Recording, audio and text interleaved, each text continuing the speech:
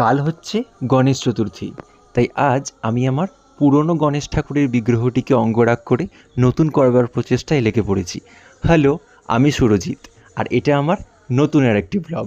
দেখো, আমি আমার পুরনো গণেশ ঠাকুরের মূর্তিটি সিংহাসন থেকে প্রণাম করে তুলে নতুন করে অঙ্গরাগ করার চেষ্টা করছি, যাতে এই বছর মূর্তিটিকে আরও নতুনভাবে একদম নতুন দেখতে লাগে।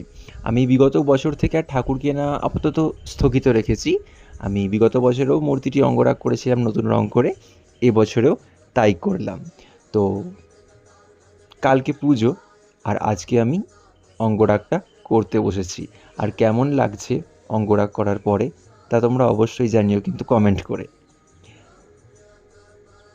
ফাইনালি কমপ্লিট হয়ে এসছে, এবার চোখটা এঁকে দিলেই কমপ্লিট হয়ে যাবে আমার গণেশ ঠাকুরের এই বছরের অঙ্গরাগ করা। এই যে আমি মুকুট টুকুট ডিজাইনগুলো করে দিয়ে চোখটা এঁকে দিলাম, সেটা আর ক্যামেরায় ক্যাপচার করিনি, যেহেতু আমি একা ভিডিও করছি বলে। এরপরে মুখ ঢেকে তুলে দিলাম তাকে, কালকে প্রতিষ্ঠার সময় একদম নামানো হবে। টাটা।